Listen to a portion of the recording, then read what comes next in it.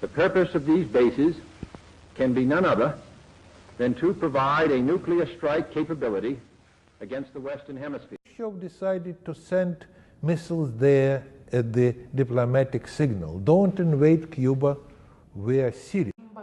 But without any hesitation, because we were being harassed.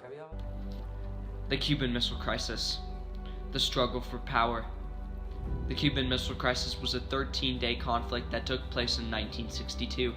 This almost led to nuclear war between the Soviet Union and the United States, then escalated the tension within countries in the Cold War. Years later, it has led to the nuclear regulations we have in place around the world. Background. Cuban Missile Crisis was an event that took place in 1962 that almost led to nuclear war. The event was important because it was one of the first threats of nuclear missiles in almost 17 years since the bombing of Hiroshima in 1945, which took place in World War II. The missile crisis took place between the Soviet Union and the United States during the Cold War, which was a war with no weapons, yet tensions were at an all-time high. The two countries were both competing within one another as world powers in order to gain the recognition of winning the space and arms race. In pursuit of power, this rivalry between the United States and the Soviet Union created an environment where crisis was imminent. This is what led to the Cuban Missile Crisis in the first place. When the United States placed missiles in Turkey as an aggressive maneuver to gain a striking advantage, the Soviet Union retaliated by placing missiles in Cuba. Build up. The placing of missiles in Turkey by the United States advanced the issue to the point where the Soviet Union placed missiles in Cuba, essentially starting the Cuban Missile Crisis. When U-2 fighters located the Soviet missiles, the 13-day crisis started abruptly.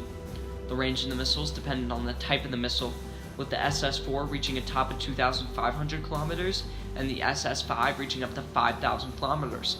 Even though the news was booming during this time, with newspapers written every other day, no one but the president and his advisors knew about the crisis until day 7, when President Kennedy addressed the nation. Newspapers during this time were important because they captured the exact time and date of the event. Television was in its infancy, and there was no social media at the time, so news traveled slowly, and much of the country was unaware that this was the biggest news event since World War II. Before the Cuban Missile Crisis, Kennedy was trying to overthrow Castro, who was trying to diminish the effect Americans had on Cuba. This caused the Bay of Pigs, which was an invasion of Cuba by the United States that took place in 1961, which ultimately failed. This was an attempt to show China and Russia that the United States was set on winning the Cold War. As a result, though, Castro saw a political relationship with the Soviet Union as a source of strength against the United States, which resulted in the movement of missiles to Cuba by the Soviet Union. Day 1. U-2 fighters found evidence of missile sites in Cuba. This was the start of the 13-day conflict. There were immediate ideas of how to stop them, like to quarantine or invade, but the consequences could be dire. Day 2. Suspicions were confirmed when they found evidence of 16 to 32 missiles in Cuba. Day 3. On this day, it brought the Soviet Foreign Minister Andrei Gromyko, who met and told Kennedy that the moving of missiles to Cuba was purely defensive aid. Not accepting this hypothesis, Kennedy replied by stating that if weapons were found in Cuba, there would be grave consequences. Day 5. On this day, it brought hours of intense discussion where President Kennedy and his advisors weighed the decision on whether to quarantine or invade Cuba. The meeting ended with the conclusion that the only way an airstrike would be effective is if we completely destroyed all the missiles during the initial airstrike. Day 6. The President meets with the General of the Air Force, who informs the President and his advisors that an airstrike would not involve 100% destruction of the missiles. The realization that an airstrike may not be completely effective drove the decision to quarantine rather than invade due to the potential risks.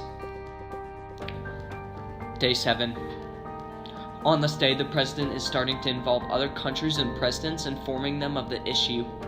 John F. Kennedy also informs the nation at this time about what is happening. This also brought the United States to disclose the locations of the known nuclear bunkers.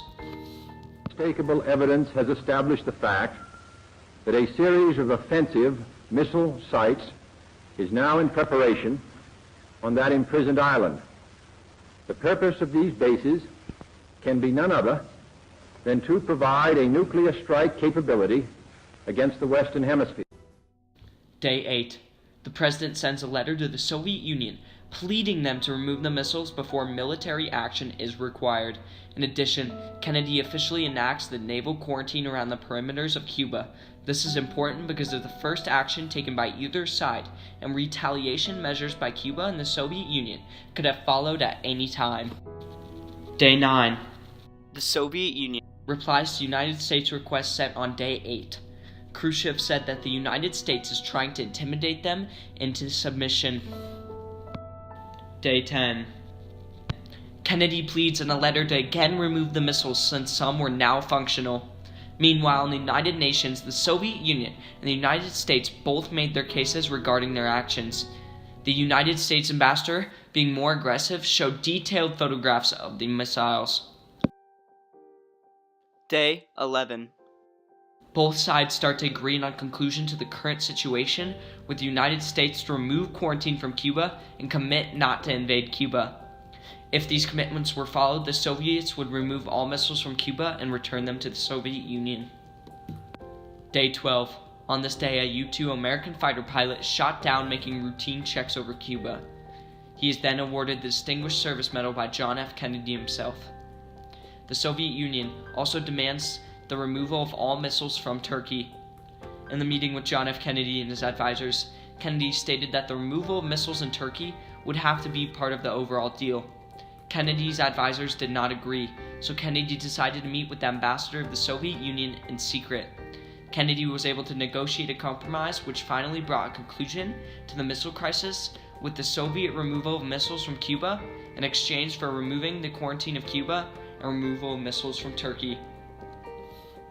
Day 13. This brought an end to the missile crisis with an announcement to the public that the conflict had been averted. This brought an end to the missile crisis with the removal of all weapons and missiles from Cuba. But this was a day of peace and remembrance, bringing no wars, but left rather a bomb-sized crater in the tension of the Cold War. Short term. The biggest short-term impact was the fact that the Soviet Union did not like what Khrushchev did, so there was an uproar of power in 1964, which caused a military buildup. This was important because it decreased relations between the Soviet Union and the United States. The other short-term impact is they both agreed to stop nuclear testing above ground in 1963, which was important because it resulted in stronger guidelines regarding the use of nuclear missiles. But too often these meetings have produced only darkness, discord, or disillusion. Yesterday, a shaft of light cut into the darkness. Negotiations were concluded in Moscow on a treaty to ban all nuclear tests in the atmosphere, in outer space, and underwater. For the first time, an agreement has been reached on bringing the forces of nuclear destruction under international control. A long-term impact was that the tension of the Cold War increased because the Soviet Union was determined to not be pushed around again, leaving the Soviet Union to try to catch up in the arms and space race. This also has led to the nuclear regulations around the world today, which is probably the biggest positive impact that the Cuban Missile Crisis had on modern-day society. Although we are facing a similar problem with North Korea, but we are better equipped and have a better understanding of how to deal with the potential consequences, having averted a conflict during the Cuban Missile Crisis. Conclusion. In conclusion, the Cuban Missile Crisis was a scary 13-day event that almost led to nuclear war. This led to one of the most important events in history.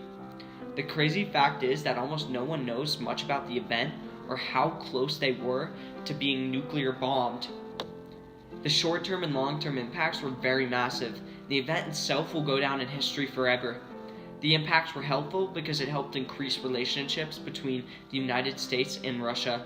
This is important because the efficiency in which we can now communicate is huge and leaves the ability to resolve conflicts quicker and more safely. Even though we may not realize it, the missile crisis may have had more of an effect than originally thought.